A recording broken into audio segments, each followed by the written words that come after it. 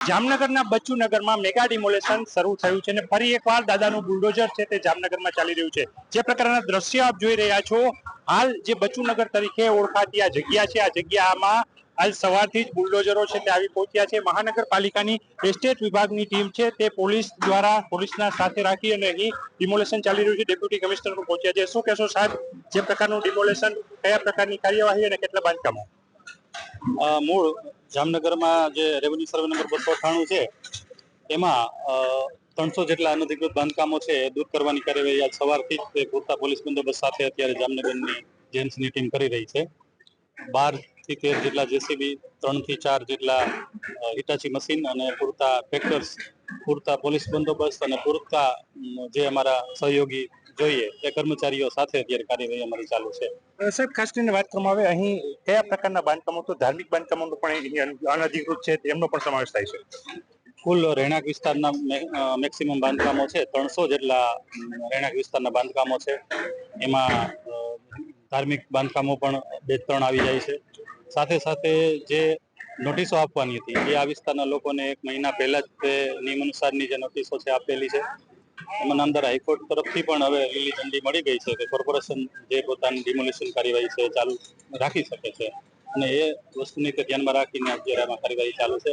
અંદાજે 300 જેટલા મકાનોનું ડિમોલિશન થાય એટલે 8.5 લાખ ચોરસ ફૂટ જેટલી જગ્યા ખાલી કરાવવામાં આવશે। એની કિંમત જોઈએ તો 200 કરોડ જેટલી કિંમતની જગ્યા ખાલી થશે। 200 કરોડ જેટલી જે કિંમતી જગ્યા છે, જે બચ્ચુનગર તરીકે ઓળખાતો આ વિસ્તાર છે, અહીંયા તમામ જે દબાણો કરવામાં આવ્યા હતા એ દબાણો હાલ દૂર કરવામાં આવી રહ્યા છે। મહાનગરપાલિકાની ટીમ છે એ ત્રાટકી છે, હાઈકોર્ટની લીલી ઝંડી મળી ગઈ છે, ત્યારે મહાનગરપાલિકા પણ મક્કમતાથી અહીં જે ગેરકાયદેસર બાંધકામો હતા તેમાં ધાર્મિક બાંધકામો પણ આવી જાય, તમામ બાંધકામો દૂર કરવા માટે કાર્યવાહી હાથ ધરવામાં આવી છે। જામનગરની રંગમતી અને નાગમતી નદીના જે વિસ્તાર છે, આ વિસ્તારમાં ઘણા સમયથી ઘણા બધા જે ગેરકાયદેસર નિર્માણ કાર્ય જે નિર્માણ છે એ થયેલા છે અને આ નિર્માણના કારણે જામનગરમાં ઘણી વખત વરસાદના સમયમાં પણ ફ્લડની જે આપણે પરિસ્થિતિ બની છે। જામનગરની મહાનગરપાલિકા સાથે મળીને અને આ જે રંગમતી અને નાગમતી જે નદી છે, અમે ઘણા બધા જે ગેરકાયદેસર નિર્માણ કાર્ય છે, આપણે એવું કહી શકીએ કે એક બહુ મોટો જે ડિમોલિશનની કાર્યવાહી અત્યારે ચાલુ છે।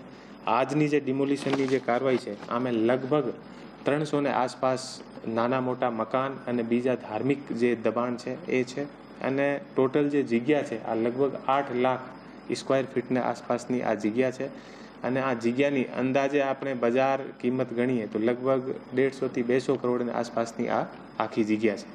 સૌથી ઇમ્પોર્ટન્ટ વસ્તુ જે છે, આ દબાણના કારણે અમારા જે 100 કલાકના ઘણા બધા જે ગુનેગારો હતા એ ગુનેગારોનો પણ અહીંયા દબાણ હતું અને આ દબાણની જે કાર્યવાહી છે એ પણ પોલીસને દ્વારા અત્યારે હટાવવામાં આવી છે અને અત્યારે અમે જે જગ્યા મહાનગરપાલિકાના કમિશનર સાહેબ અને અમારા જે પોલીસના બધો જે સ્ટાફ છે આની સાથે અમે તે જગ્યા હાજર હતા અને આ જગ્યામાં એવી ઘણી બધી અમને જે લક્ઝુરિયસ એવા ત્યાં ફાર્મ હાઉસ અને જે ધાર્મિક દબાણ છે, આ ધાર્મિક જે દબાણને સાથે પણ અમે જે જોડાયેલી જે સંરચનાઓ જે મળી છે આના અંદર એટલા લક્ઝુરિયસ ફેસિલિટી, ત્યાં સ્વિમિંગ પુલ અને જે બીજા આપણે બાથટબ જેવી એવી વસ્તુઓ પણ અમને ત્યાં, તો એક સરકારી જગ્યા અને સરકારી જગ્યા પર એવી લક્ઝુરિયસ વસ્તુ બનાવીને અને એ લોકો ગેરકાયદેસર કામ પણ ત્યાં કરતા હતા।